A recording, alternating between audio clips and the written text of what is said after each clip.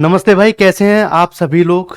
जैसा कि मैंने आप लोगों को वायदा किया था कि मैं आप लोगों के लिए जो पीवाईक्यू सीरीज लेके आया हूं, इसमें आज थर्ड क्लास है जो हम सीएचएसएल की प्रैक्टिस कर रहे हैं। आप लोगों का सभी का सीएचएसएल का एग्जाम भी चल रहा होगा, मुझे इसी बात से याद आया। और नोटिफिकेशन भी आ चुका है सारी चीज़ों का, जितने भी चाहे एमटीएस हो, सीजीएल हो। तो इस तैयारी को आप लोग बनाए रखिए और मेरे साथ पढ़ते रहिए। उम्मीद है कि आप लोग इस प्रैक्टिस सेशन को एंजॉय कर रहे होंगे। हम लोग 100 क्वेश्चन 2 क्लासेस में कर चुके हैं। आज हम उससे आगे बढ़ने वाले हैं, ठीक है मेरे भाई। तो चलिए स्टार्ट करते हैं इन क्वेश्चंस की यात्रा को। आज क्वेश्चन नंबर 101 स्टार्ट करने वाले हैं। ये आप लोगों के सामने बड़ा ही प्यारा सा क्वेश्चन है, जिसे आप लोग करेंगे मेरे साथ, ठीक है मेरे भाई। ये क्वेश्चन आप लोगों को पूछा गया एसएससी सीएचएसएल 2021 टीयर 1 में, ठीक है। इसे समझने की कोशिश करेंगे और बहुत ही प्यारा सा क्वेश्चन है। कुछ भी ज्यादा परेशानी वाली बात नहीं है इस क्वेश्चन में। देखेंगे जरा, Rahul sings very sweet when he is in a good mood. अब यहां पर देख पा रहे होंगे एक चीज कि पहली बात तो ये सबसे इंपॉर्टेंट चीज, इसमें क्या इंपॉर्टेंट चीज है भाई, कि यहां पर मेरा नाम आ गया, राहुल, है ना। मुझे इस बात की बहुत खुशी है कि एसएससी मेरा पूरा ख्याल रखती है। चलिए अब देखेंगे, राहुल सिंग्स वेरी स्वीट। अब यहां देखने की कोशिश करेंगे सभी मेरे भाई कि ये जो राहुल यहां पर लिखा हुआ है, ये सेंटेंस के सब्जेक्ट के रूप में काम कर रहा है। किसके रूप में काम कर रहा है मेरे भाई? सेंटेंस के सब्जेक्ट के रूप में काम कर रहा है। अगर ये सेंटेंस के सब्जेक्ट के रूप में काम कर रहा है तो आप लोग ये बात भली भांति जानते होंगे कि ये जो वर्ब है प्रेजेंट इंडेफिनिट में लिखी हुई है, सिंगुलर वर्ब है, तो वर्ब में एस और ईएस का प्रयोग करेंगे। तो यहां एस लगाया हुआ है, इसका मतलब इस पार्ट में तो कोई गलती नहीं है। अब आगे देखेंगे, वेरी स्वीट। अब मुझे एक चीज बताओ, यहां पर ये जो वेरी है वो एडवर्ब को दर्शा रहा है। किसको दर्शा रहा है? एडवर्ब को दर्शा रहा है। एडवर्ब ऑफ डिग्री, क्या बोलते हैं इसे? Adverb of degree. अब यहां पर देखेंगे, ये स्वीट वर्ड है, वो कैसा गाता है? मीठा गाता है। और ये जो गाना सिंग है वो वर्ब है, यानी कि एक्शन वर्ड है। कैसा है? एक्शन वर्ड है। और एक्शन वर्ड को मॉडिफाई करने के लिए हम लोग यूज करते हैं एडवर्ब का। किसका यूज करते हैं मेरे भाई? एडवर्ब का यूज करते हैं, ठीक है। स्वीटली, तो क्या बोलेंगे? ही राहुल सिंग्स वेरी स्वीटली। अब यहां पर ये जो, सॉरी, ये मैंने एडजेक्टिव कैसे लिख दिया भाई? एडवर्ब। क्या लिखेंगे?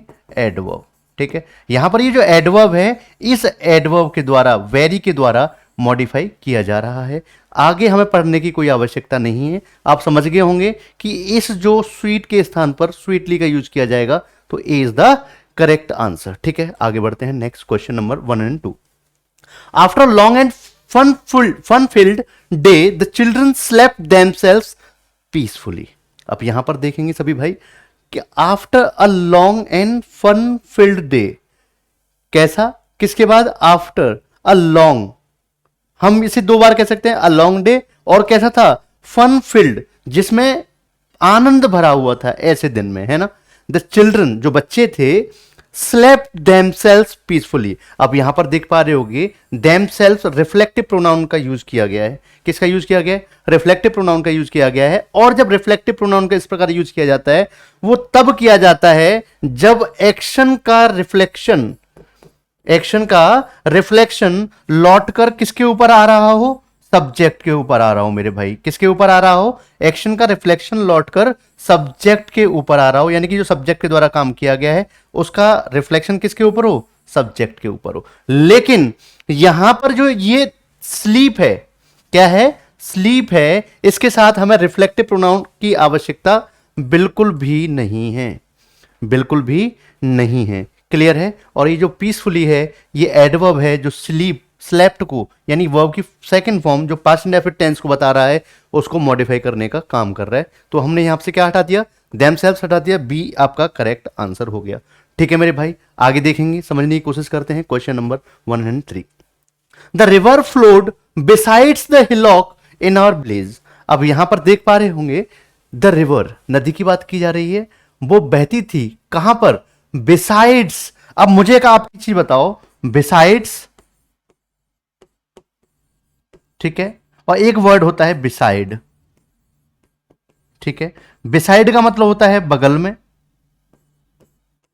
बगल में। और बिसाइड्स होता है के अतिरिक्त, इंस्टेड ऑफ। हम इसके लिए क्या एक और फ्रेज लिख सकते हैं? इंस्टेड ऑफ,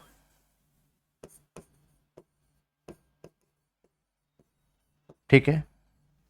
इंस्टीड ऑफ, ठीक है। अब यहां पर जब मैंने फ्रेज लिखा इंस्टीड ऑफ, बिसाइड्स, इन दोनों का एक ही मतलब होता है, के बावजूद। क्या मतलब होता है? के बावजूद।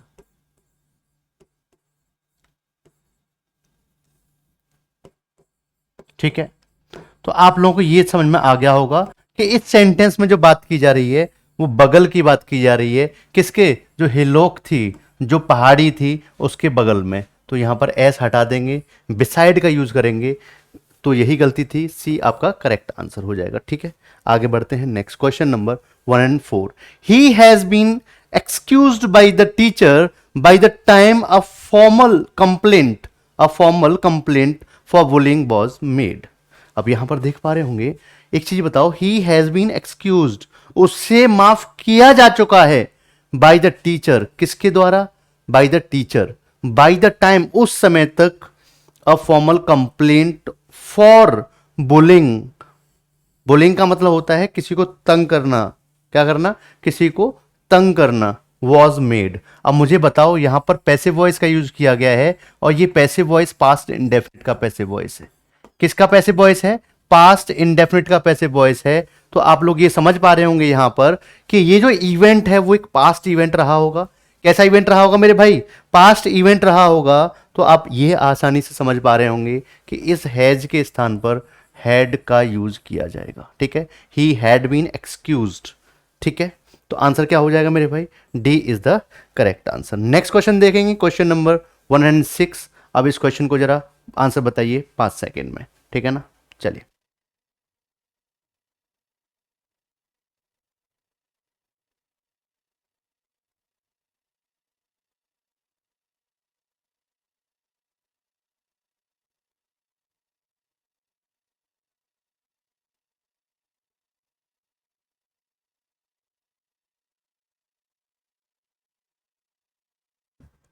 चलिए भाई, टाइम खत्म हो गया, देखेंगे जरा एक बार। Whenever he is on a holiday he travels by foot to the temple nearby. अब यहां पर आप देख पा रहे होंगे एक चीज देखना, when ever he is on a holiday, on a holiday, जब भी वो छुट्टी पर होता है, जब भी वो छुट्टी पर होता है, ही ट्रेवल्स, ये फैक्ट बताया जा रहा है भाई साहब, तो प्रेजेंट इंडेफिनिट का यूज किया गया है, कोई दिक्कत नहीं है। By foot, by foot, phrase होता है, बाई फुट नहीं होता, क्या होता है? On foot. ऑन फुट का मतलब होता है पैदल। ऑन फुट का क्या मतलब होता है मेरे भाई? रंग बदल लेते हैं, पैदल। ठीक है, ऑन फुट का मतलब क्या होता है? पैदल। ठीक है, तो कैसे जाता है? पैदल जाता है to the temple nearby, जो पास का मंदिर होता है वहां पर। क्लियर है? तो आप यहां बाई के स्थान पर किसका प्रयोग किया जाएगा? ऑन का यूज किया जाएगा, ऑन फुट। क्लियर है? ये फ्रेज होता है ऑन फुट, ऑन फुट का मतलब होता है पैदल। आगे चलते हैं, next question number 105। Ronaldo is a famous player of the football. अब एक चीज देखो यहां पर जब मैंने पढ़ा Ronaldo is a famous player, Ronaldo player है, जो फुटबॉल प्लेयर है, is a famous, is a famous player, ये प्लेयर के लिए फेमस वर्ड एडजेक्टिव का यूज किया गया है, किसका? Of the football. अब मुझे एक चीज बताओ, ये जो फुटबॉल गेम है वो एक प्रॉपर वर्ड है? क्या है? एक प्रॉपर वर्ड है। प्रॉपर नाउन बोलूंगा मैं इसे, क्या बोलूंगा? प्रॉपर नाउन बोलूंगा। अगर मैं बात करूं यहां पर क्रिकेट की, किसकी बात करूं? क्रिकेट की बात करूं, और आप लोगों का फेवरेट गेम लूडो, उसकी बात करूं, तो आप एक चीज समझ पा रहे होगे, जो गेम्स के नेम हैं इनके पहले हम आर्टिकल द का यूज नहीं करेंगे। क्लियर है? आर्टिकल द का प्रयोग नहीं करेंगे। क्या आप समझ पाए? तो यहां से आर्टिकल द हटा देंगे, यही आपका करेक्ट आंसर है। आगे चलते हैं, नेक्स्ट क्वेश्चन नंबर 107। अच्छा, लास्ट कौन सा था? 105, 107 कैसे हो गया मेरे भाई? चलिए, कोई बात नहीं, देखेंगे। Spot the error in the given sentence and select the correct sentence from the option given. Is Sarita is joining us for lunch today. अब यहां पर इस सेंटेंस में आप देख पा रहे होगे, बहुत भली बात थी कि सेंटेंस इससे स्टार्ट हो रहा है, यानी कि इंटेरोगेटिव है, मार्क, क्वेश्चन मार्क भी लगाया हुआ है, कोई दिक्कत नहीं है। लेकिन मेरे भाई आप एक चीज समझने की कोशिश करेंगे कि यहां पर जो इज है और फिर से इज आ रहा है, लेकिन सेंटेंस सिंपल सेंटेंस है जिसमें केवल एक ही एक्शन हो रहा है। क्या हो रहा है? एक ही एक्शन हो रहा है, ज्वाइन करने का, और तो कोई एक्शन वर्ड है नहीं, तो सिंपल सेंटेंस है। अगर सिंपल सेंटेंस है तो एक ही हेल्पिंग वर्ब होनी चाहिए, क्योंकि ये इंटेरोगेटिव है तो इज से स्टार्ट कर दिया गया है, इस इज को हम एलिमिनेट कर देंगे, हमारा सेंटेंस एकदम परफेक्ट सही हो जाएगा। क्लियर है? तो कौन सा ऐसा सेंटेंस है चार ऑप्शंस में से जहां is Savita joining us for lunch today लिखा हुआ है, is Savita joining us for lunch today question mark भी है, इसी के साथ हम चले जाएंगे। इसमें क्यों क्या गलती है? क्योंकि यहां पर इंटेरोगेटिव मार्क तो लगा हुआ है लेकिन सेंटेंस इंटेरोगेटिव है नहीं, ये भी सेंटेंस इंटेरोगेटिव नहीं है। यहां सरिता के लिए हेल्पिंग वर्ब आर का यूज किया जा रहा है, इसलिए तीनों सेंटेंस कैसे हो जाएंगे मेरे भाई? गलत हो जाएंगे। क्या समझ पा रहे हैं आप लोग इस बात को? चलिए आगे बढ़ते हैं। Question number 108, the following sentence contains a grammatical error. ये जो लाल रंग से लिखा हुआ देख पा रहे होंगे, ये सेंटेंस में ग्रामेटिकल एरर है, ऐसा बताया गया है एग्जामिनर के द्वारा। ठीक है, क्या बोला है? अच्छा, select the option that correctly rectifies the error. और इस सेंटेंस में जो एरर है उसको इन चार ऑप्शंस में से किसी एक ऑप्शन में करेक्ट करके लिखा गया है, वो हमें सिलेक्ट करना है आंसर के रूप में। ठीक है, क्या आप समझ पा रहे हैं? चलिए, तो मुझे उम्मीद है आप भली बात ही समझ पा रहे होंगे। देखेंगे यहां पर। अच्छा, क्या लिखा हुआ है? In its August 1992 issue. जो इशू था इसका कौन सा? अगस्त 1992 इशू। ठीक है, क्लियर है? इस फ्रेम में कोई भी दिक्कत नहीं है। The highly respected British journal of addiction describe. अब मुझे एक चीज बताओ कि जब बताया गया है कोई एक वर्डिक्ट रहा होगा, कोई एक इश्यू रहा होगा, वो 1992 का है, इसका मतलब एक पास्ट इवेंट है। क्या है मेरे भाई? एक पास्ट इवेंट है। और इस जर्नल ने ये बात क्या की थी? Highly respected British journal of describe की थी। क्या की थी? डिस्क्राइब की थी। तो मुझे बताओ, अगर ये पास्ट इवेंट है तो पास्ट टेंस का यूज नहीं किया जाएगा क्या? तो ये वर्ब की ही गलती है इसमें, डिस्क्राइब। ठीक है, 3 unusual cases of carrot dependence. जो कैरेट डिपेंडेंस है उसके 3 अनयूजुअल केसेस को क्या किया गया था? डिस्क्राइब किया गया था। ठीक है, चलिए, तो आप यहां पर देखो कि पास्ट इंडेफिनिट टेंस का यूज किया जाएगा, वही हमारा सेंटेंस सही हो जाएगा। In its August 1992 issue the highly respected British journal of addiction was describing. Describe कर रहा था? नहीं, किया था। डिस्क्राइब किया था, पास्ट इंडेफिनिट का यूज किया जाएगा। तो ये तो गलत हो गया भाई साहब। ये कैसा हो गया? गलत हो गया। आगे बढ़ते हैं। In its August 1992 issue, the highly respected British Journal of Addiction describing, कोई helping verb नहीं है और verb ing फॉर्म में, तो ये भी गलत है। In its August 1992 issue, the highly respected British Journal of Addiction described, आ गया भाई, past indefinite आ गया, past indefinite आ गया। ये क्यों गलत है? क्योंकि यह has been described किया गया है, ये भी गलत है। आंसर क्या है? C is the correct answer. ठीक है, मैंने आप लोगों को समझाने के लिए बताया ये चीज। जब आपको पता चल गया था कि वर्ब की गलती है तो आप डिस्क्राइब को देख कर, आप डिस्क्राइब्ड जहां यूज किया गया है उसी को सही टिक करके एग्जाम में आपको आगे बढ़ जाना है। क्लियर है मेरे भाई? समझ पा रहे हैं? आगे देखते हैं 109। The following sentence contains a grammatical error, select the option that correctly rectifies the error. अब सेम क्वेश्चन उसी तरीके से पूछा गया है कि ये जो सेंटेंस आप लोगों के सामने लिखा हुआ है, इस सेंटेंस में कोई एरर दी होगी, उसको जिस ऑप्शन के साथ करेक्ट करके लिखा गया है वही आपका करेक्ट आंसर होगा। ठीक है, देखेंगे। He sees us coming, he sees us coming and unaware that we had learn of his treachery greeted us with smile. अब भाई साहब कोई आपके साथ धोखा कर दे और उसे ना पता हो कि आपको पता चल गया है कि उसने आपके साथ धोखा किया है, तो कैसे मिलेगा? बड़ी खिलखिलाती हुई नजरों के साथ आपसे मिलेगा, है भाई। चलिए, तो यहां पर हमने क्या देखा? हमने सर ये देखा यहां पर कि ही सीज अस कमिंग, वो आते हुए देखता है, वो आते हुए देखता है, देखा नहीं। And unaware that we had learn, अब यहां पर देख पा रहे हो, यहां पर देख पा रहे हो, पास्ट परफेक्ट का यूज किया गया है। किसका यूज किया गया है? यहां पर पास्ट परफेक्ट टेंस का यूज किया गया है। यानी कि ये एक इवेंट कैसा था? पास्ट का इवेंट था। कैसा इवेंट था? पास्ट का इवेंट था। क्लियर है? तो यहां पर आप देखोगे ये जो लिखा हुआ है ही सॉ अस, क्या लिखना पड़ेगा हमें यहां पर? ही सॉ अस, उसने हमें देखा आते हुए, और अनअवेयर था कि हमें पता चल चुका है कि उसने हमारे साथ धोखेबाजी की है, हमसे मिला, हमसे मिला, कैसे मिला? With a smile. क्लियर है? मैंने डिसाइड कब किया था कि यहां पर ये पास्ट परफेक्ट का यूज किया गया है, यहां पर पास्ट इंडेफिनिट का यूज किया गया है, तो यहां पर भी ये पास्ट इंडेफिनिट रहने वाला है। क्लियर है? तो कहां पर सॉ का यूज किया गया है देखेंगे जरा एक बार मेरे साथ, सभी ऑप्शंस को खंगाल कर देखते हैं। सॉ का यूज किया गया है, ठीक है, क्लियर है? चलिए, he saw us coming and unaware that we learned of his treachery greeted है भाई, वो तो सही था भाई, वो तो सही था, उसमें क्या दिक्कत थी? वो तो सही था, उसमें क्या दिक्कत थी? हेड हटा दिया भाई साहब ने इसमें से, है यहां सही तो कर दिया लेकिन हेड हटा दिया। He saw us coming and unaware that we had learn of his treachery greeted us with smile, with a smile, ठीक है, तो यही सही है, बी, बी आपका करेक्ट आंसर है। He saw us coming and unaware that we were learning, ये अच्छा किसी चीज को जानने का प्रोसेस जारी था या वो पहले जान चुके थे? भाई पहले ही उसके बारे में जान चुके थे कि नालायक आदमी है, तो ये भी गलत है। He saw us coming and unaware that we had learn of his treachery greeted, greets यहां पर भी चेंज कर दिया, तो आपका बी करेक्ट आंसर है। नेक्स्ट चलते हैं 110।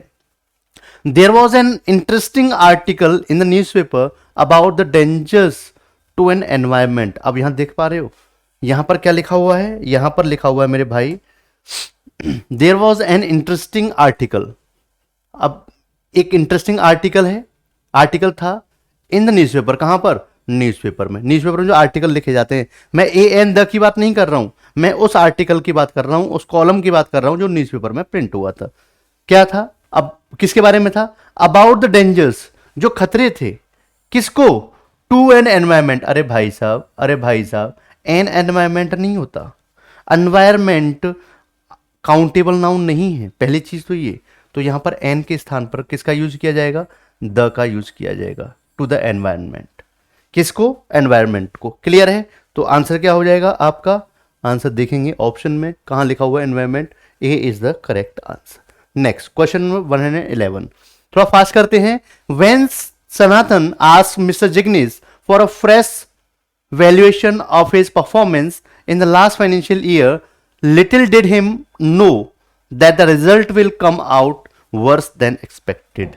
बहुत ही प्यारा सा क्वेश्चन है, लॉजिक को समझने की कोशिश करेंगे सभी मेरे भाई, ध्यान देंगे जरा थोड़ा सा।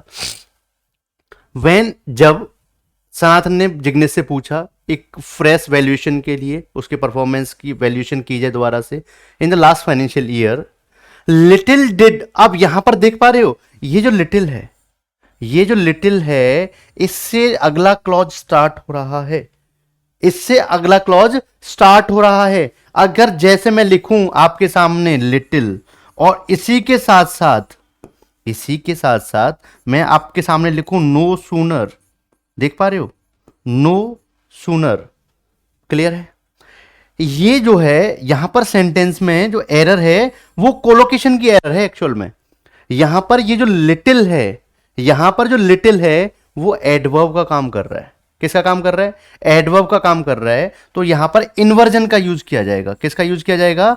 इन्वर्जन का यूज किया जाएगा। इन्वर्जन होता क्या है मेरे भाई? इन्वर्जन होता है कि सेंटेंस में इंफेसाइज करने के लिए, किसी बात पर जोर डालने के लिए उस एडवर्ब से सेंटेंस को स्टार्ट करते हैं, फिर हेल्पिंग वर्ब और फिर सब्जेक्ट का यूज किया जाता है। तो आप याद रखेंगे इस फ्रेज को, लिटिल डिड ही नो, क्या बोलेंगे? लिटिल डिड ही नो, मैं तो जानता ही नहीं था इस बारे में, मैं तो इस बारे में जानता ही नहीं था। That the results will come out worse than expected, उसने तो उम्मीद की थी भाई साहब वैल्यूएशन द्वारा से होगी तो अच्छे रिजल्ट्स आएंगे, लेकिन वो तो जानता ही नहीं था, वो तो जानता ही नहीं था कि रिजल्ट्स जो एक्सपेक्ट किए थे उससे भी बुरे आएंगे। क्लियर है?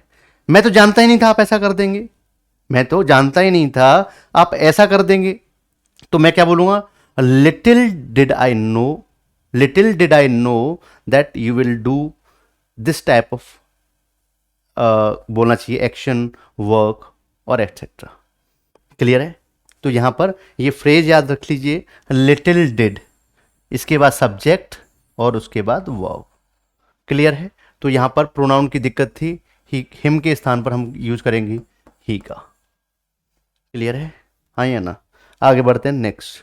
अच्छा, इसमें टिक कर देते हैं, कहां गया? D is the correct answer. Next question number 12, 112 question number देखेंगे जरा ध्यान से सभी मेरे भाई। पेन चेंज कर लेते हैं, थोड़ा सा हरा हरा ले लेते हैं, चलिए देखेंगे क्या समझ पा रहे हैं। चलिए, the minister announce that the bridge would constructed within a week. जो मिनिस्टर ने अनाउंस किया था कि आपका जो ब्रिज है वो विद इन अ वीक बन जाएगा, बन जाएगा। अगर मैं बात करूं कि अगर आपने नरेशन पढ़ा होगा, क्या पढ़ा होगा, नरेशन पढ़ा होगा, या फिर थोड़ा सा और गहराई में लेके जाऊं, अगर आपने कॉम्प्लेक्स सेंटेंसेस पढ़े होंगे, तो इसमें जो प्रिंसिपल क्लॉज है वो मिनिस्टर अनाउंस, यही प्रिंसिपल क्लॉज है। मिनिस्टर अनाउंस्ड, यही प्रिंसिपल क्लॉज है। अब क्या अनाउंस किया, ये इस अनाउंस वर्ब का ऑब्जेक्ट है जो पूरे क्लॉज के रूप में काम कर रहा है। क्या समझ पा रहे हैं इस बात को? ठीक है, आपने बोला समझ पा रहे हैं। अगर समझ पा रहे हैं तो आप ये देख पा रहे होंगे, ये जो अनाउंस्ड है वो पास्ट इंडेफिनिट में लिखा हुआ है, यानी कि अगला क्लॉज भी पास्ट इंडेफिनिट, सॉरी पास्ट में होगा। तो यहां पर देख पा रहे होंगे that the bridge would, that the bridge would, यानी कि विल के पास्ट फॉर्म वुड का यूज किया गया है, यहां पर भी कोई दिक्कत नहीं है। लेकिन आप देखेंगे, मैंने आपको बताया था कि जो मॉडल्स होती हैं, जो मॉडल्स होती हैं, उनके ठीक बाद हम कभी भी वर्ब के थर्ड फॉर्म का इस्तेमाल नहीं कर सकते। क्या आपको बताया मैंने, कई क्लास में नहीं बताया? आप बोलेंगे हाँ बिल्कुल बताया है सर। अगर बताया है तो आप देखिए कि जो ब्रिज है उसका काम किया जाएगा या ब्रिज खुद बन जाएगा, तो आप बताएंगे कि ये तो हमने सोचा ही नहीं।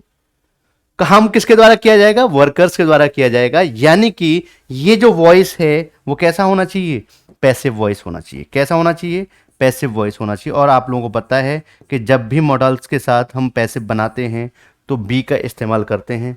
अगर बी का इस्तेमाल करेंगे तो यहां पर बी ये लिखेंगे, वुड बी कंस्ट्रक्टेड। क्या लिखा जाएगा? Would be constructed. अगर वुड बी कंस्ट्रक्टेड लिखा है आपने तो आप यहां पर टिक कर देंगे, बी करेक्ट आंसर। ठीक है, 113 पे ध्यान देंगे जरा। The following sentence contains a grammatical error, select the option that correctly rectifies the error. 2-3 question already हम इस तरीके से कर चुके हैं। अगला क्वेश्चन फिर सेम पैटर्न पर है, देखेंगे कहां पर सेंटेंस में गलती दी हुई है, उसे हम सही करने की कोशिश करेंगे। ठीक है मेरे भाई, चलिए देखते हैं। एज अ रूल, जैसा कि नियम है, सिंगल सेंटेंसेज, जो सिंगल सेंटेंसेज हैं, शुड नॉट बी, अब देख पा रहे हो यहां पर एक चीज, शुड नॉट बी और प्रिंटेड एज पैराग्राफ्स, और प्रिंटेड एज पैराग्राफ्स। इसका मतलब मुझे यह पता लग गया कि ये सेंटेंस पैसिव वॉइस है। कैसा है? Passive voice. तो मॉडल ऑक्सिलरी शुड का यूज किया गया है, उसके बाद बी का यूज किया गया है। अगर बी का यूज किया गया तो पैसिव वॉइस है, तो आपको पता है कि बी के बाद वर्ब की थर्ड फॉर्म का यूज किया जाएगा। क्या लिखेंगे इसे? रिटेन। ठीक है, यस और नो। और प्रिंटेड, यानी वर्ब की थर्ड फॉर्म ये है और वर्ब की थर्ड फॉर्म ये है, यानी कि ये जो दोनों ही जो वर्ब हैं वो और कंजक्शन के साथ जुड़ी हुई हैं।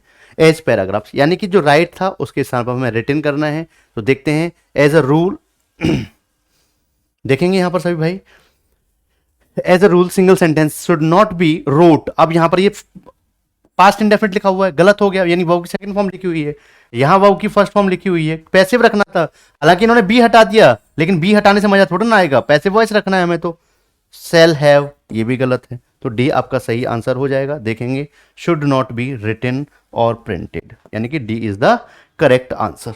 उम्मीद करता हूं समझ आ गया होगा। 114 नंबर क्वेश्चन देखेंगे। Me and my friends often go to the cinema together. अब यहां देख पा रहे होंगे सेंटेंस भाई साहब मी से स्टार्ट हो रहा है, बड़ा बदतमीज आदमी है ये तो है। मैं समझा समझा के थक गया कि सेंटेंस कभी भी ऑब्जेक्टिव केस से स्टार्ट नहीं होगा इस कंडीशन में, अगर प्रोनाउन के सब्जेक्टिव केस का हमें इस्तेमाल करना पड़ेगा। बहुत ही सिंपल सी एरर थी, मी के स्थान पर आई का यूज किया जाना था। डी आपका करेक्ट आंसर होगा। नेक्स्ट क्वेश्चन देखेंगे 115। बहुत ही आसान से क्वेश्चन है भाई। He wished he has more resources to support the poor. To support the poor. ठीक है, बताइए क्या होगा इसका आंसर? He wished. आपको पता है कि जब भी विश की जाती है और इस तरीके की चीज बोली जाती है तो वो सेंटेंस कैसा होता है? हाइपोथेटिकल क्वेश्चन होता है। सेंटेंस होता है कैसा होता है? हाइपोथेटिकल क्वेश्चन होता है। और हाइपोथेटिकल क्वेश्चन का मतलब ये है कि वो पास्ट में है, ऐसी विश को पूरा करने की बोला जा रहा है जो पास्ट में बीत चुकी है, हो नहीं सकती पूरी, अब पूरी हो नहीं सकती। इसका मतलब ये, उसने क्या बोला कि भाई मेरी इच्छा थी कि मेरे पास इतने ज्यादा रिसोर्सेज होते कि मैं गरीबों की हेल्प कर पाता। He wished he had more resources, has के स्थान पर क्या बोल लिखना पड़ेगा, हमें हैड का इस्तेमाल करना पड़ेगा। तो ये बात बन जाएगी हमारी। ऐसा कहाँ पर किया गया है देख लेंगे जरा। ये रहा डी में करेक्ट आंसर हो जाएगा। यहाँ पर हैज, यहाँ पर हैव, ही के साथ हैव, देख रहे हो आप लोग कैसा आदमी है, बढ़िया। यहाँ हैविंग का यूज कर दिया है, ठीक है। तो डी आपका क्या हो जाएगा, करेक्ट आंसर हो जाएगा। नेक्स्ट चलते हैं 116 की तरफ, ठीक है। देखेंगे जरा 116 नंबर। The student should stop, sorry, the students stop their chatter as soon as them notice the teacher enter the room, classroom. अब मुझे बताओ जरा, क्या आप लोग क्लॉज पहचान पाए आसानी से या नहीं पहचान पाए? क्या आपको ये चीज समझ में आ गई कि गलती कहां पर है सेंटेंस में? The student stopped their chatter, students ने बात करना बंद कर दिया, जो बातें कर रहे थे।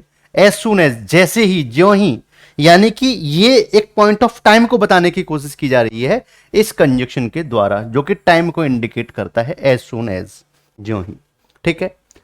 कब? अब जब मैंने बोला कंजक्शन है तो ये पहला क्लॉज तो ये हो गया, और इस एज सुन एज के साथ अगला क्लॉज ये जुड़ा हुआ है, ये नोटिस वर्ब है। तो इस वर्ब के सब्जेक्ट के रूप में यहां पर देम का इस्तेमाल कर दिया है, जो गलत है। क्या होना चाहिए, दे। और ये दे किसके लिए आया है, बच्चों के लिए, जो बच्चे चैटर कर रहे थे, बातचीत कर रहे थे, उनके लिए आया हुआ है। तो देम के स्थान पर दे का यूज हमें करना पड़ेगा। क्लियर है मेरे भाई या नहीं है? डी आपका हो जाएगा करेक्ट आंसर। आगे चलते हैं 117 नंबर क्वेश्चन पर। The mob is believing every word the leader says. जो भीड़ है, जो उग्र भीड़ है, वो जो लीडर जो भी कह रहा है वो हर बात पर भरोसा करती है। क्या मैं ऐसे ही बोलूंगा ना? बिलीव एक ऐसी वर्ब है जो प्रोग्रेसिव नहीं है, कभी भी इस मेन वर्ब के फॉर्म में अपने साथ आईएनजी नहीं लेगी। क्लियर है? तो क्या बोलेंगे, ये एक फैक्ट है। The mob believes, the mob believes, ठीक है, every word the leader says. Clear है या नहीं है बताएंगे जरा सभी मेरे भाई। ए आपका करेक्ट आंसर हो जाएगा। 118 नंबर क्वेश्चन देखेंगे जरा ध्यान से, ठीक है। Investigating on real estate can earn you quick profit but comes with a certain amount of risk attach to it. अब यहां पर देख पा रहे होंगे इन्वेस्टिंग रियल एस्टेट। अब रियल एस्टेट में इन्वेस्ट करते हैं तो इन नहीं, ऑन नहीं होगा, क्या होगा, investing in something, investing in something. समझ पा रहे हो? याद रखेंगे, इन्वेस्ट, इन्वेस्ट इन समथिंग, यानी कि किसी चीज में इन्वेस्ट करने के लिए, है ना। तो यहां पर इन प्रेपोजिशन का यूज किया जाएगा। समझ में आ गया या नहीं आया? तो कहां है भाई आपका C is the correct answer. आगे देखेंगे 119 number question. When the villagers put up a firm resistance to the fearsome bandit with all their might he ultimately fled the spot. अगर आपको ये वर्ड पता है, फ्ली, फ्ली का मतलब है भाग जाना, दुम दबा के भाग जाना। तो इसका मतलब ये है कि आपको फिर बहुत कुछ पता है, ठीक है, ठीक है। फ्ली भाग जाना होता है, क्या होता है, भाग जाना। और इसकी फर्स्ट फॉर्म सेकंड फॉर्म होती है फ्लैड, फ्लैड, ठीक है। क्लियर है? तो देखेंगे यहां पर when the villagers put up. अब पुट अप की वर्ब की, ये जो फ्रेजल वर्ब है, पुट की तीनों फॉर्म सेम होती हैं, पुट पुट पुट, ठीक है। लेकिन हमें इससे ये पता नहीं चला कि पास्ट इंडेफिनिट है या प्रेजेंट इंडेफिनिट है, क्या है। क्यों? क्योंकि यहां पर सब्जेक्ट भी प्लूरल है, पास्ट इंडेफिनिट भी हो सकता है, मुझे नहीं पता भाई क्या है ये। When the villagers put up a firm resistance to the fearsome bandit with all their might. जो डकैत था, डाकू था, जब गांव वालों ने उसके सामने क्या कर दिया, एक अवरोध डाल दिया। कैसा था, फियरसम बैंडिट था, विद ऑल देयर माइट। ये जो देयर है वो किसके लिए आया है, विलेजर्स के लिए आया है। माइट का मतलब पावर, पूरी शक्ति के साथ। He ultimately fled the fleed the spot. इसका मतलब मुझे कुछ कुछ ऐसा लग रहा है कि पास्ट इवेंट के बारे में बात की जा रही है। किसके बारे में बात की जा रही है, पास्ट इवेंट के बारे में, पुरानी घटना के बारे में बात की जा रही है जो घटित हो चुकी है। पहली चीज तो ये कि मैं आपको बता चुका हूं कि फ्ली की सेकंड फॉर्म फ्लैड होती है, जिसमें एक ई होती है, दो ई नहीं होती हैं। तो आप पहले तो इसे सही कर लो। दूसरी चीज ये कि मुझे यहां से ये भी पता चल गया कि पास्ट इवेंट है, तो ये पुटअप जो है वो वर्ब की सेकंड फॉर्म के रूप में लिखा हुआ है। ये क्लैरिटी मेरे दिमाग में आ गई, ठीक है। चलिए देख लेते हैं कि क्या है सही बात, इसके साथ कौन सा ऑप्शन है जो हम जा सकते हैं उसके साथ में। When the villagers put up a firm resistance to the fearsome bandit with all their might, he ultimately flu हैं, फ्लाई फ्लू फ्लोन, उड़ने वाली, अरे भैया नहीं, मजा नहीं आया भाई। देखेंगे next, when the villagers putted, अरे भाई पुटेड मैं क्या बोला था, पुट पुट पुट, ठीक है। When the villagers put up a firm resistance to the fearsome bandit with all their might, he ultimately flown. देख रहे हो भाई साहब, उड़ा के ही मानेगा ये। डी आपका करेक्ट आंसर हो जाएगा। क्यों हो जाएगा डी करेक्ट आंसर? क्योंकि फ्लैड सही लिख दिया है इसने यहाँ पर, तो हम इसकी बात मान लेते हैं और ये टिक करके आगे निकल लेते हैं, कोई भी हमें समस्या नहीं होनी चाहिए। ठीक है, आगे देखेंगे जरा। Question number 120, the general have ordered that the troops should move immediately. अब देख पा रहे होगे जनरल तो भैया एक सेना का अधिकारी है, जो सबसे बड़ा अधिकारी होता है आर्मी में, दैट इज कॉल्ड जनरल। तो यहाँ पर देख पा रहे होंगे एक ही व्यक्ति होता है, सिंगुलर सब्जेक्ट है, तो इसके साथ वर्ब भी सिंगुलर फॉर्म में आएगी, हैज़ का यूज किया जाएगा। मुझे ज़्यादा समय इस पर नहीं देना चाहता हूँ, टिक करके आगे निकल जाना चाहता हूँ। 121 नंबर क्वेश्चन देखेंगे। ठीक है, बताइए। As she kept walking to me my heart skip the beat. My heart skip the beat का मतलब क्या होता है, समझ रहे भाई साहब? एक सुंदर सी तुम्हारी तरफ आ रही हो, समझ रहे हो? चलिए, तो ऐसा लगता है जैसे कि बस अटैक आने वाला है? ऐसा लगता है? अरे भाई साहब पढ़ लो भाई, पढ़ लो, कोई बात नहीं है, पढ़ ले भाई थोड़ा। चलिए, तो स्किप द बीट का मतलब होता है कि ऐसे लगना कि जैसे अब हार्ट अटैक आने वाला, मतलब दिल धड़कना भूल जाए, ये चीज। ठीक है, तो चलिए, as she kept walking to me नहीं भैया, टूवर्ड्स मी मतलब मेरी तरफ, टूवर्ड प्रपोजिशन का प्रयोग किया जाएगा, टूवर्ड्स मी। ठीक है, यही इसमें गलती थी। क्या हो जाएगा सही? As she kept walking within me, from me, हैं, इनटू मी। अरे भैया पगला गए हो क्या? चलिए देखते हैं। तो यहां पर ये जो टूवर्ड्स है वो सही है, डी आपका करेक्ट आंसर है। ना तो इनटू आएगा, ना फ्रॉम आएगा, ना विद इन आएगा। ठीक है, आगे चलते हैं। 122, there were more than 30 delegates who attend the training program last summer. अगर बात आ गई यहां पर, मैं कुछ ज्यादा फास्ट तो नहीं चल रहा हूं, बता देना जरा। अगर बात आ गई यहां पर लास्ट समर की, यानी कि पास्ट इवेंट है। कैसा इवेंट है? पास्ट इवेंट है। ठीक है, तो आप क्या समझ रहे हो? There were more than 30 delegates who attend, who relative pronoun है, डेलीगेट्स इसका एंटीसीडेंट है, यानी कि जो कि प्लूरल है, और इसी के अकॉर्डिंग वर्ब एग्री करेगी, जो कि सेंटेंस मुझे पता चल गया कि लास्ट समर की बात की जा रही है, तो यहां पर अटेंडेड लिखा जाएगा। क्या लिखा जाएगा मेरे भाई? अटेंडेड लिखा जाएगा। अगर अटेंडेड लिखा जाएगा तो लिख दें तो भैया, हमें तो कोई परेशानी है नहीं इसके अटेंडेड लिखने से। ठीक है, तो दिखाओ भाई कहां लिखा हुआ अटेंडेड। क्या यहां पर अटेंडेड दिख रहा है? नहीं दिखा भैया। अटेंड्स प्रेजेंट इंडेफिनिट, अटेंड नहीं, अटेंडेड। अरे भैया लिखा भी है कहीं अटेंडेड या नहीं लिखा है भाई इसने? अटेंड्स नहीं। इसका मतलब ये हुआ कि टाइपिंग मिस्टेक है। क्या है? टाइपिंग मिस्टेक है। There were more than 30 delegates who attended the training program last summer. ठीक है, अटेंडेड कहीं लिखा ही नहीं है भाई साहब, क्या करें, माफी चाहेंगे। अटेंडेड कहीं भी लिख लो अपने हिसाब से। देयर वर, अब देयर वॉज नहीं हो सकता, देयर वॉज नहीं हो सकता, देयर वर हो सकता है, देयर आर। इसका मतलब यहां पर इन्हें अटेंडेड लिख देना चाहिए था। ठीक है, अटेंडेड लिख देना चाहिए था। बी आपका करेक्ट आंसर हो जाएगा। आगे चलते हैं। 123, as soon as we went for an afternoon siesta my pet rabbit Tia digged huge hole. ओ भाई साहब, ओ भाई साहब, huge hole right in the middle of the lawn. अब मुझे बताओ, सीस्टा बोलते हैं नैप, हल्की सी जो नींद होती है दोपहर को खाना खाने के बाद, दैट इज कॉल्ड सीस्टा। ठीक है, अब आगे देखो जरा, मैं आपको डायरेक्ट बता देता हूं कि क्या गलती है इन भाई साहब ने, क्या कमी की है इसमें, क्या कार्यसानी की है। तो ये देख पा रहे होगे, एक वर्ड होता है डिग। डिग का मतलब होता है गड्ढा खोदना, और सेकंड फॉर्म होती है डग, DUG। लेकिन इन्होंने क्या लिख दिया है? डग, डिग्ड लिख दिया है। यही गलती है भाई। तो यहां पर क्या लिखना चाहिए था? डग लिखना चाहिए था। As soon as we were, हैं, as soon as we went for an afternoon system my pet rabbit Tia dug a huge. यहाँ डग लिखा हुआ है, ठीक है, यहाँ डिग्ड लिखा हुआ है, ये नहीं हो सकता। और यहाँ पर डग लिखा हुआ है, ये हो सकता है, लेकिन वी के साथ गॉन का यूज कर दिया है तो ये भी नहीं हो सकता। पेन पहले लाल ले लेता हूँ जिससे कि आपको पता चलता रहे कि मैं क्या लिखने की कोशिश कर रहा हूँ। यहाँ डिग्ड है, यहाँ डग है, यहाँ भी डिग्ड है, ये भी नहीं हो सकता। बी आपका करेक्ट आंसर हो जाएगा। क्या समझ गए आप लोग या नहीं समझ गए?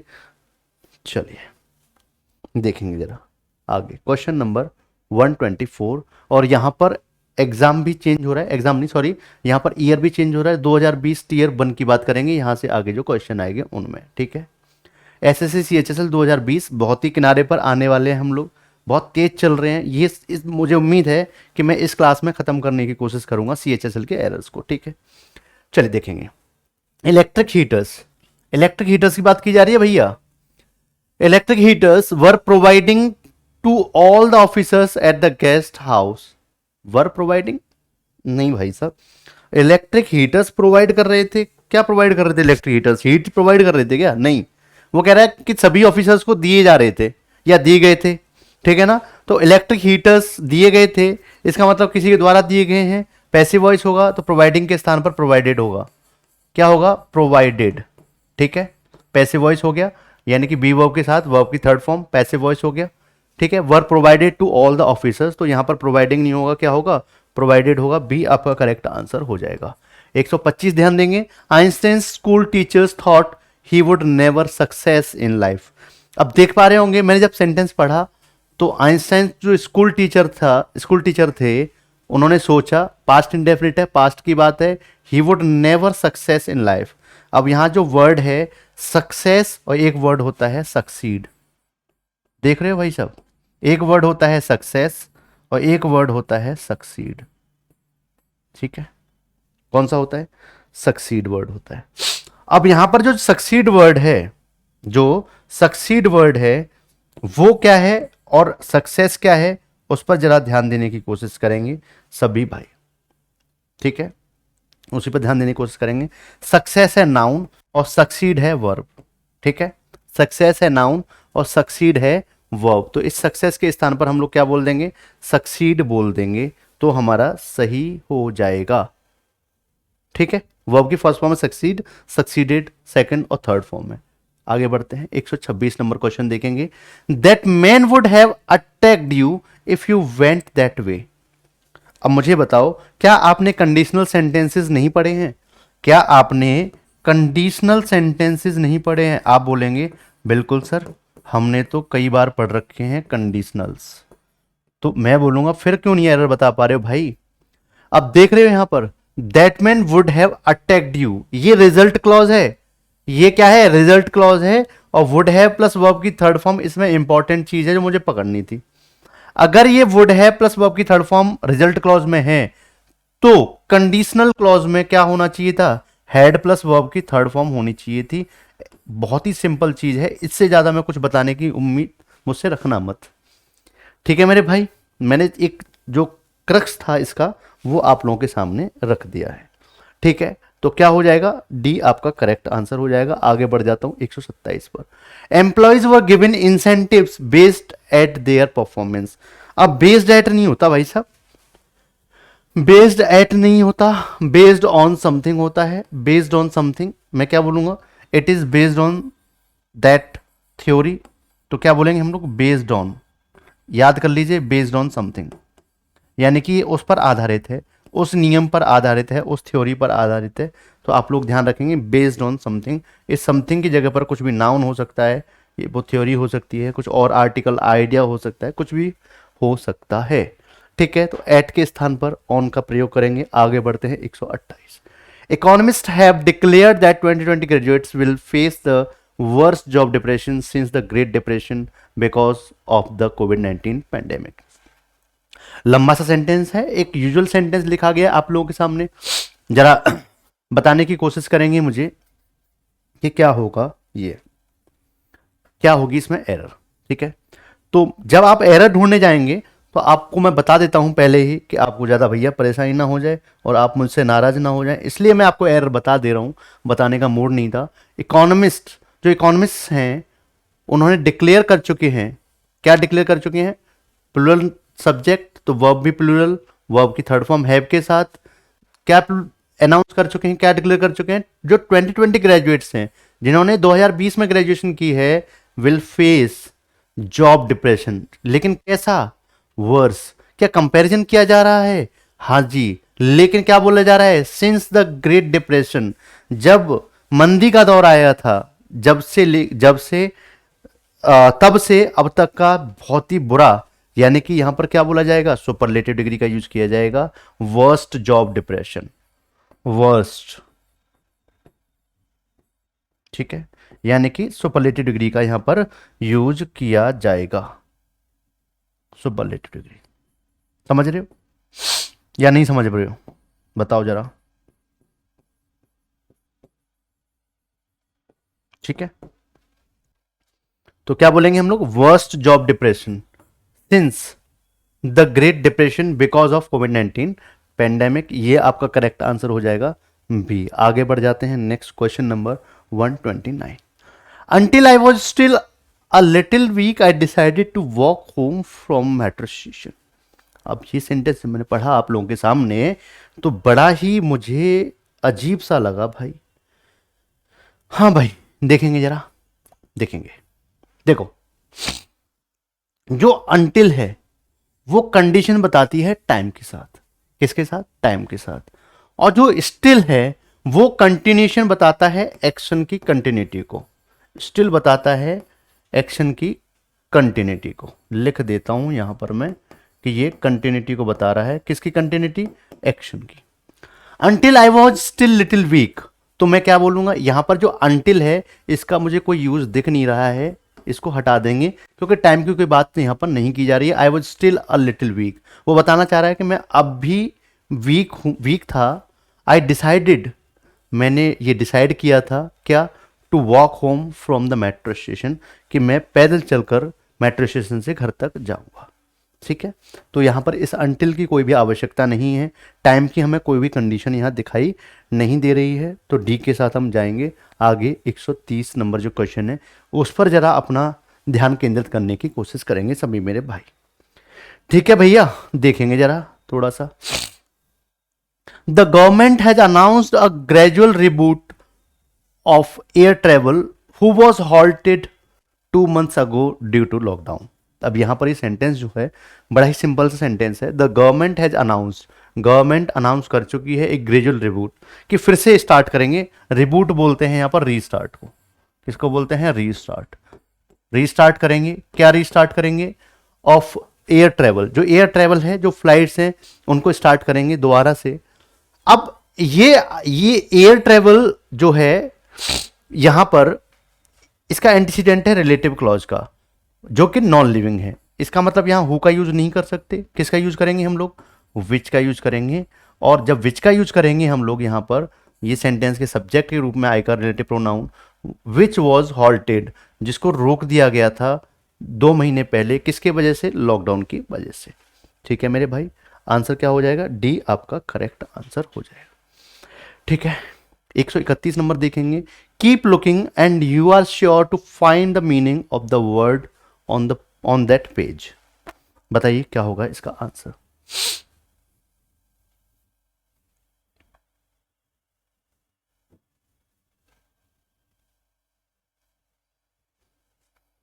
बता पाएंगे आप लोग इसका आंसर क्या होगा? कीप लुकिंग, देखना जारी रखो। Keep doing this, keep learning things. तो यहां पर देख पा रहे हो इस कीप के बाद जीरन का यूज किया जा रहा है। ठीक है, समझ रहे हो? कीप डूइंग, कीप लुकिंग, देखना जारी रखो। And you are sure to find the meaning of the word on that page. इस सेंटेंस में कोई भी एरर नहीं है। सी के साथ जाएंगे, आगे बढ़ जाते हैं 132 नंबर क्वेश्चन पर। Most hotels offer for their guest complimentary breakfast during their stay there. क्या होगी इसमें एरर? बताने की जरा कृपा करेंगे सभी भाई, कि क्या एरर है इस सेंटेंस में।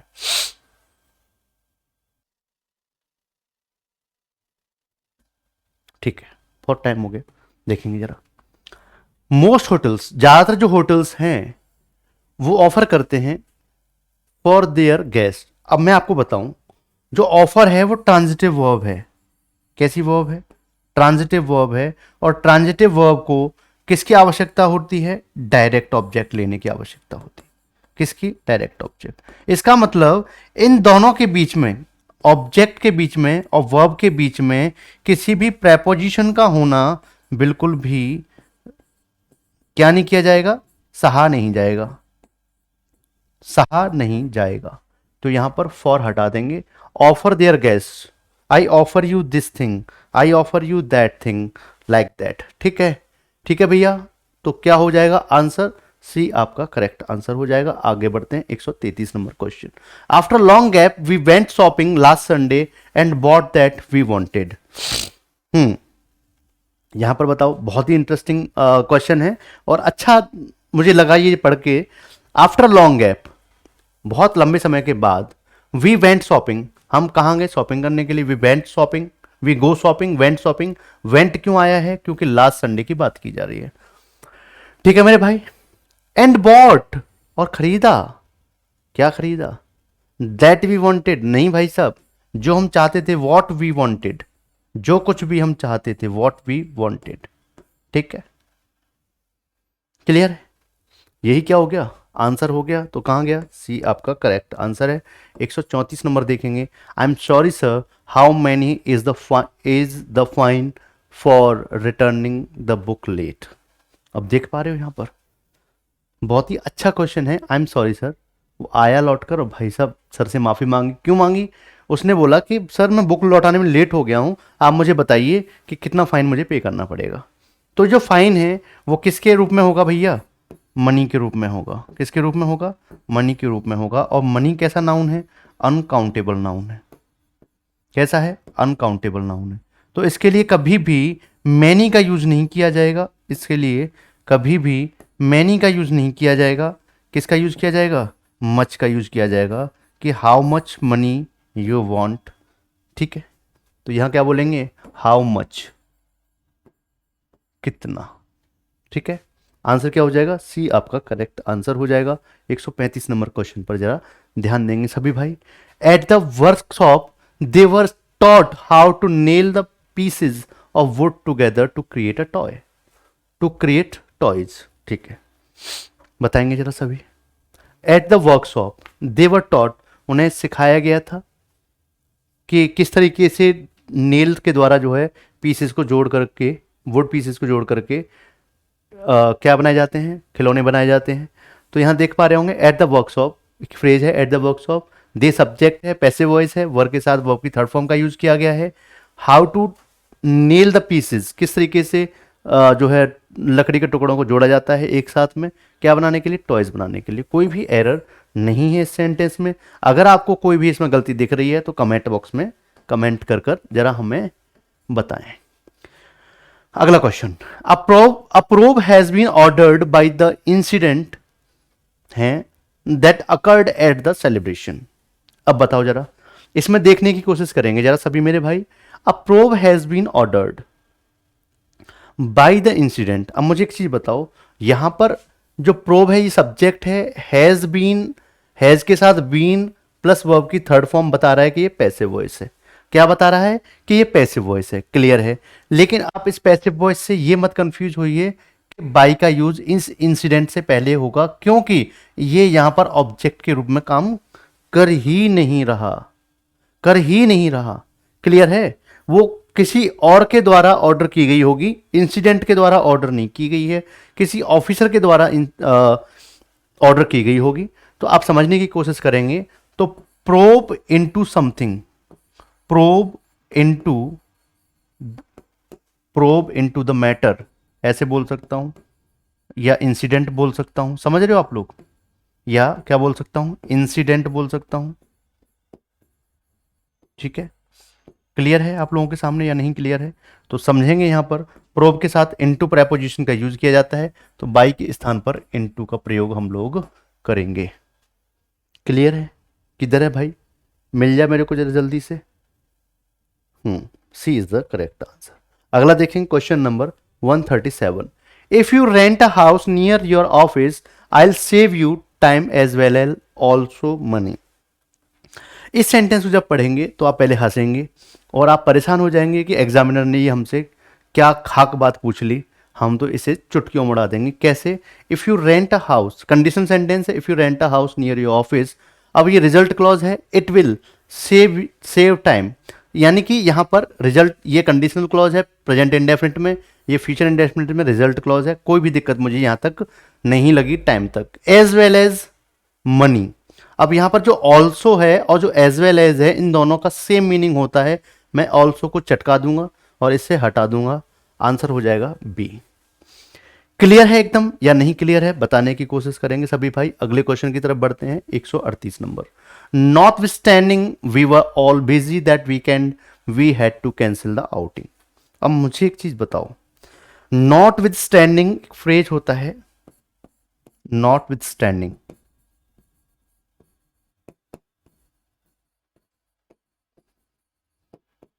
चलो मान लेते हैं आपने ये फ्रेज नहीं पढ़ा है। इंस्टेड ऑफ, डेस्पाइट,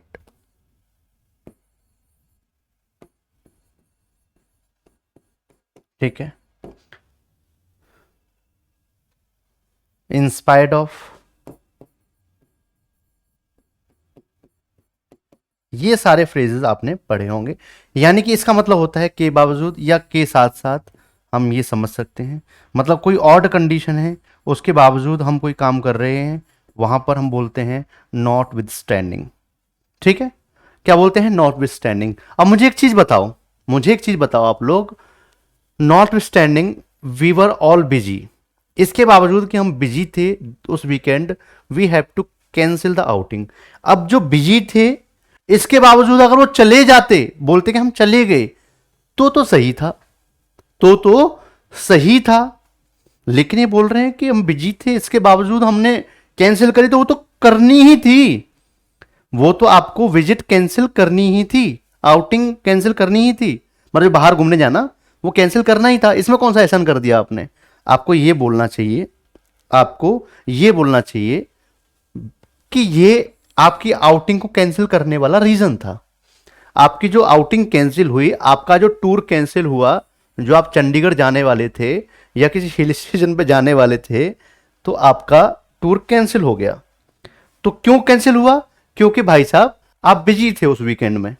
तो आपको रीजन क्लॉज बनाने के लिए यहां पर कंजक्शन बिकॉज लगाना चाहिए।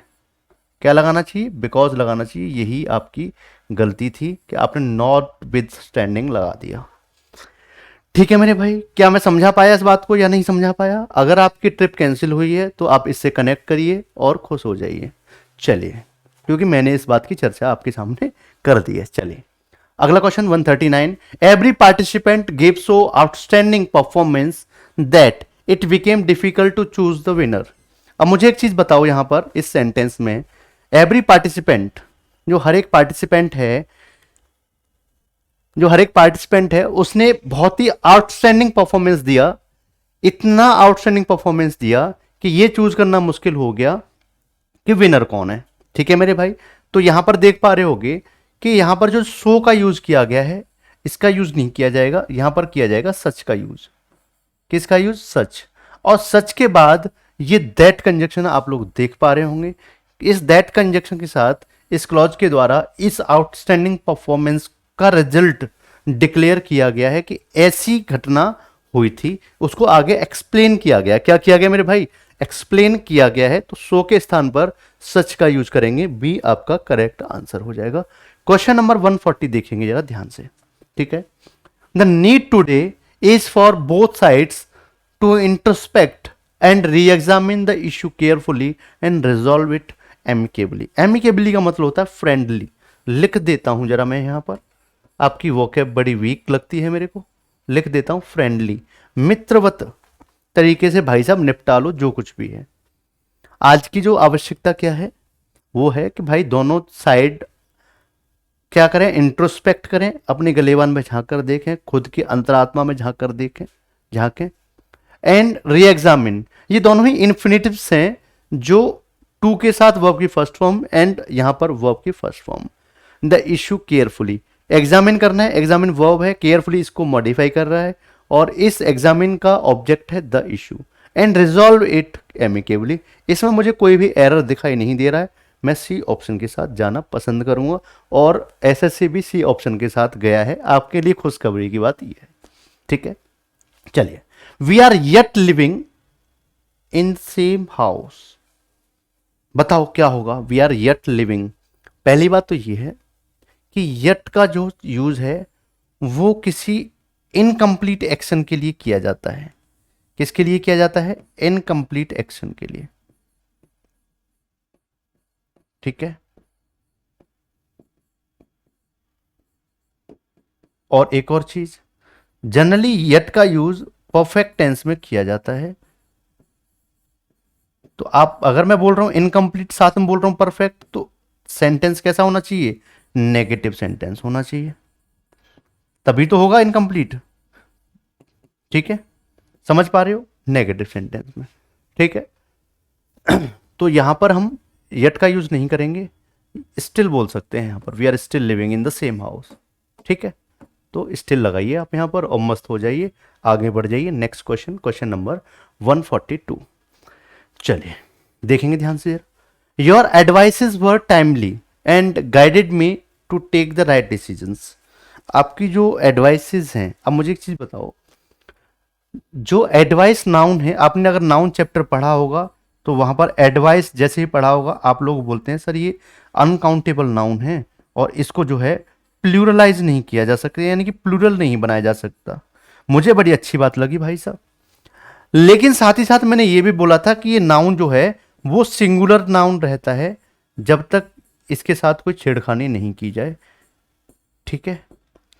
तो यहां पर अगर मुझे ये बोलना है your advice was timely and guided me to take the right decisions, तो फिर ठीक है, या तो एडवाइस वॉज कीजिए या फिर योर पीसेज ऑफ एडवाइस कीजिए, तब जाकर आप वर्ब को कन्विंस कर पाएंगे। तो दो में से कोई एक चेंज कर लीजिए।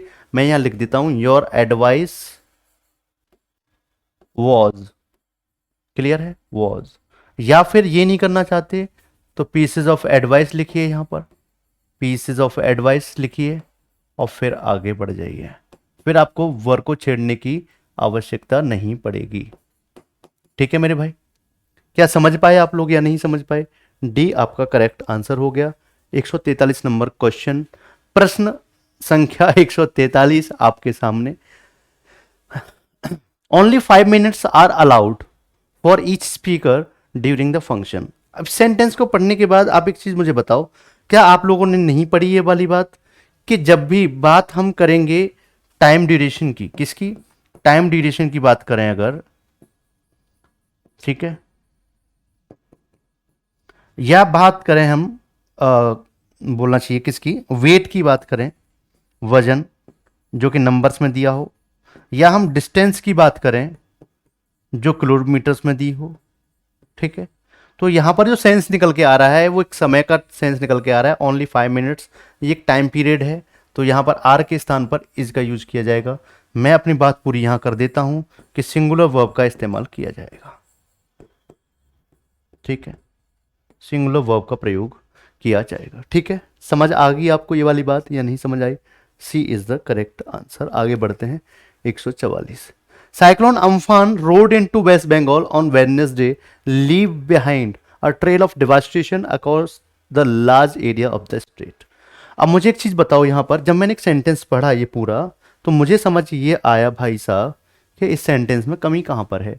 साइक्लोन अम्फान की बात की जा रही है, रोड इनटू, रोर इनटू का मतलब होता है जबरदस्ती घुस आना। तो भाई साहब ये साइक्लोन तो जबरदस्ती ही घुसेगा, क्योंकि रोड इनटू है, वर्ब की सेकंड फॉर्म है, पास्ट इंडेफिनिट में लिखा हुआ है। कहां घुस गया? वेस्ट बंगाल। कब? On Wednesday. अब यहां पर ये जो लिखा हुआ है leave behind trail of devastation, यहां पर या तो आप लीव के स्थान पर लीविंग कीजिए, लीविंग छोड़ते हुए, क्या छोड़ते हुए? बर्बादी के निशान छोड़ते हुए, या मैं बोल सकता हूं लेफ्ट बिहाइंड, कि छोड़ गया, क्या छोड़ गया? बर्बादी के निशान छोड़ गया बाद में, ठीक है मेरे भाई। तो ए आपका करेक्ट आंसर हो जाएगा। उम्मीद है आप लोग इन चीजों को समझ पा रहे होंगे जो मैं आपको समझाने की कोशिश कर रहा हूं क्वेश्चन में। Question number 145 SSC CHSL 2019 tier 1 के क्वेश्चंस आप लोगों के सामने आ चुके हैं। ठीक है मेरे भाई। अब देखेंगे यहाँ पर ये लास्ट होगा मुझे ऐसा लग रहा है। इसमें 160 क्वेश्चन है, 145 पहुंच चुके हैं, 15 क्वेश्चन और आप लोगों के लिए बचे हुए हैं। ठीक है, देखेंगे जरा। Freedom of expression meaning the right to express one's own convictions and beliefs. अब यहाँ पर ये जो सेंटेंस आप लोगों के सामने लिखा हुआ है, यहाँ देखने की कोशिश करेंगे कि फ्रीडम ऑफ एक्सप्रेशन का मतलब उसने बताया है। अगर फ्रीडम ऑफ एक्सप्रेशन का मतलब बताया है तो यहाँ पर ये जो मीनिंग लिखा हुआ है उसके स्थान पर होगा मीन्स, जो कि वर्ब के फॉर्म में लिखा हुआ है, मीनिंग बताना। ठीक है, तो आगे बोला जाएगा मीन्स, क्या मीनिंग है उसका? The right to express one's own convictions and believes. तो यहाँ पर ये जो फ्रीडम ऑफ एक्सप्रेशन सब्जेक्ट हो गया, ये वर्ब हो गई, आगे उसे एक्सप्लेन किया गया उसके ऑब्जेक्ट के रूप में। ठीक है मेरे भाई, देखेंगे यहां पर बी आपका करेक्ट आंसर हो जाएगा 146 नंबर क्वेश्चन की तरफ आगे हम लोग बढ़ेंगे। ठीक है, we notice that most of the shoppers in the mall looking for packet of ready to cook food. अब मुझे बताओ क्या एरर है इस सेंटेंस में, बताएंगे आप लोग 5 सेकंड के अंदर।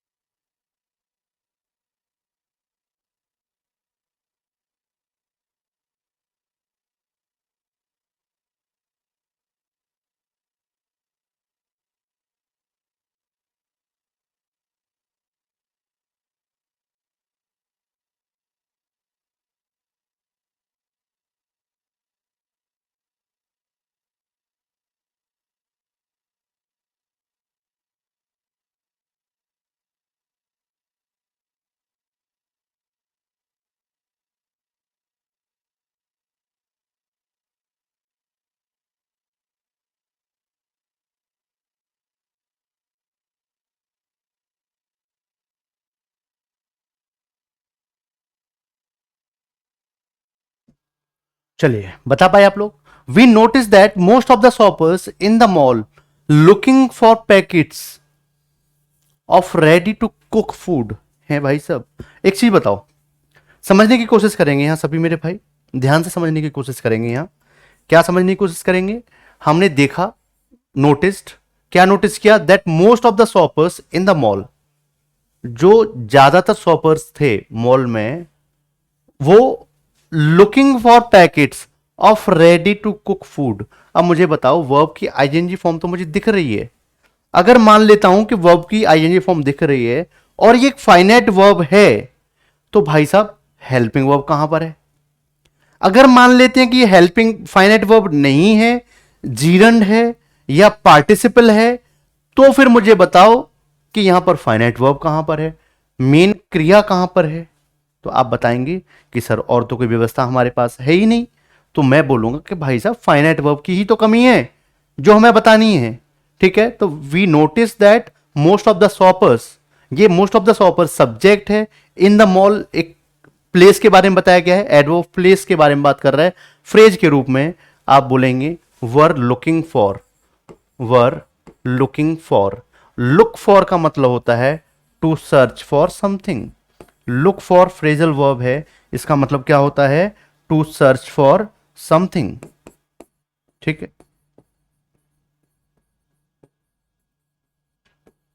ओके, समझ गए आप लोग या नहीं समझे बताइए जरा। तो क्या हो जाएगा? डी आपका करेक्ट आंसर हो जाएगा। 147 नंबर क्वेश्चन देखेंगे ध्यान से। Yesterday I search in every my covered for the shirt I couldn't find. अब यहां पर एक सेंटेंस देख पा रहे होंगे, यस्टरडे की बात की जा रही है, तो ऑब्वियस सी बात है कि ये पास्ट इंडेफिनिट टेंस रहा होगा, इसमें मुझे कोई भी डाउट नहीं है।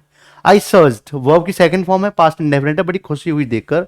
इन एवरी माई कवर्ड, नहीं भाई साहब नहीं, ध्यान रखिए ध्यान देंगे आप सभी कि अगर डेटरमिनर है,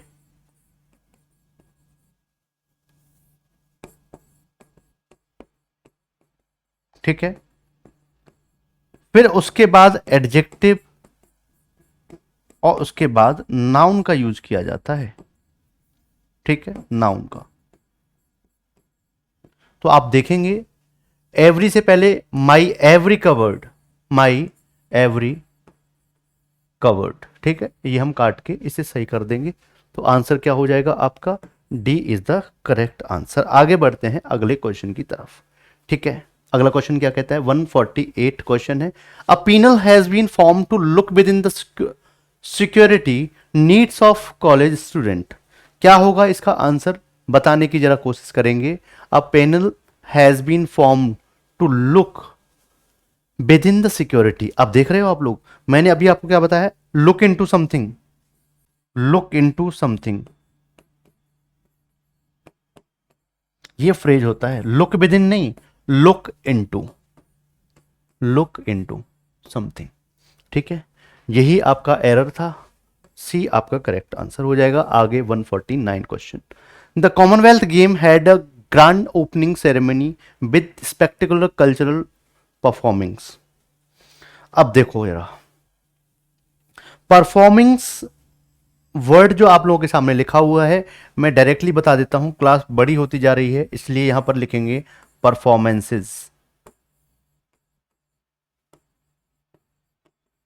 ठीक है, क्या होगा, नाउन परफॉर्मेंसेस। क्लियर है, तो आंसर हो जाएगा आपका C is the correct answer. ठीक है मेरे भाई, आगे बढ़ते हैं जरा, अगला क्वेश्चन देखेंगे जरा ध्यान से। क्वेश्चन नंबर बताने की कोशिश करेंगे सभी मेरे भाई।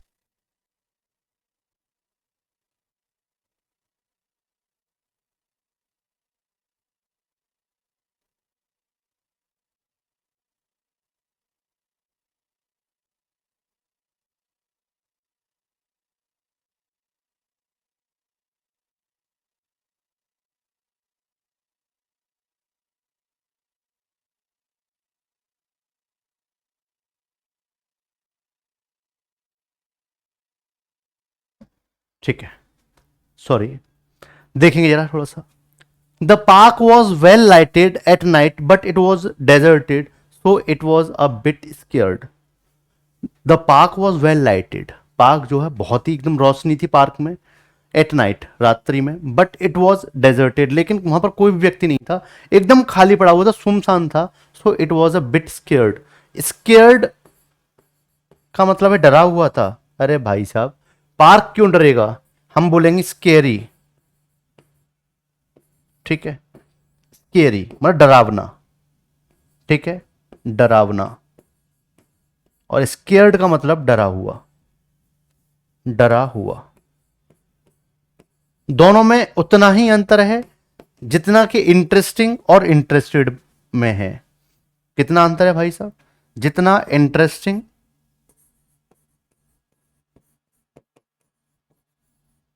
और इंटरेस्टेड में है। समझ गए आप लोग, चलिए आगे बढ़ते हैं। 151 number. All these boys have come to college without few knowledge of English. जल्दी जल्दी बता देता हूं, थोड़ा सा निपटाने की कोशिश करते हैं इसे हम। चलिए देखेंगे, यहां पर क्या है कि वो without few knowledge, few knowledge देख पा रहे हो कि जब विदाउट की बात की जा रही है तो यहां फ्यू लगाने की आवश्यकता नहीं है, हम लिखेंगे any knowledge, without any knowledge. A आपका करेक्ट आंसर होगा। 152 की तरफ देखते हैं। The wedding reception will be hosted in Mumbai at late date, late date नहीं होगा, लेटर है ना, क्या होगा, लेटर, मतलब जो बाद वाली डेट है, आप जो डेट है उससे आगे बढ़ी हुई डेट के लिए बोलेंगे। लेट का मतलब क्या होता है, जिसमें देरी हो जाती है, क्या हो जाती है, देरी हो जाती है, लेकिन यहां पर बात की जा रही है डेट के साथ पोजीशनिंग की। ठीक है, चलिए आगे बढ़ते हैं। अगला क्वेश्चन 153।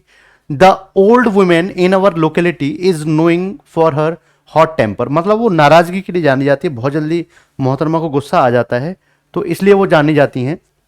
तो क्या होगा, इज नोइंग नहीं, इज नोन फॉर, यानी कि जानी जाती है, पैसिव वॉइस है यहां पर, is known for her bad temper. चलिए next 155 154। People with full time sedentary jobs who commuting long distances may have sleep problems due to lack of exercise. अब यहां पर देख पा रहे होंगे आप लोग सभी मेरे भाईजन, यहां एक चीज देख पा रहे होंगे कि people with full time sedentary job, जिनके पास जो सेडेंटरी जॉब्स हैं लोगों के पास, अब यहां पर जो हु है वो रिलेटिव प्रोनाउन किसके लिए आया है, पीपल के लिए आया है। जो कम्यूट करते हैं, फैक्ट बताया गया है तो प्रेजेंट इंडेफिनिट का यूज किया जाएगा, कम्यूटिंग के स्थान पर कम्यूट, क्या होगा, कम्यूट, क्योंकि पीपल प्लूरल सब्जेक्ट है तो वर्ब भी प्लूरल होगी, वर्ब भी क्या होगी, प्लूरल होगी। तो यहाँ पर प्रेजेंट इंडेफिनिट का यूज किया जाएगा फैक्ट को बताने के लिए। आंसर आपका क्या हो जाएगा, आंसर हो जाएगा भाई साहब कम्यूटिंग के स्थान पर कम्यूट का यूज किया जाएगा। D is the correct answer. 155, they had to wait for luggages. अब मुझे ज्यादा पढ़ने की आवश्यकता नहीं होनी चाहिए इस वाले सेंटेंस में, लगेजेस के स्थान पर लगेज का यूज किया जाएगा, यानी कि एस हटा देंगे हम लोग, क्योंकि कलेक्टिवली सारे सामान को हम लोग बोलते हैं लगेज, इसका प्लूरल नहीं बनाया जा सकता। इसका यही एक्सप्लेनेशन हो सकता था, और कोई ज़्यादा एक्सप्लेनेशन मुझे करने की इसकी आवश्यकता नहीं है। 156, we were busy at the work and went for lunch only at 2 PM। अब बताइए क्या होगा इसका आंसर, सही सही बताने की कोशिश।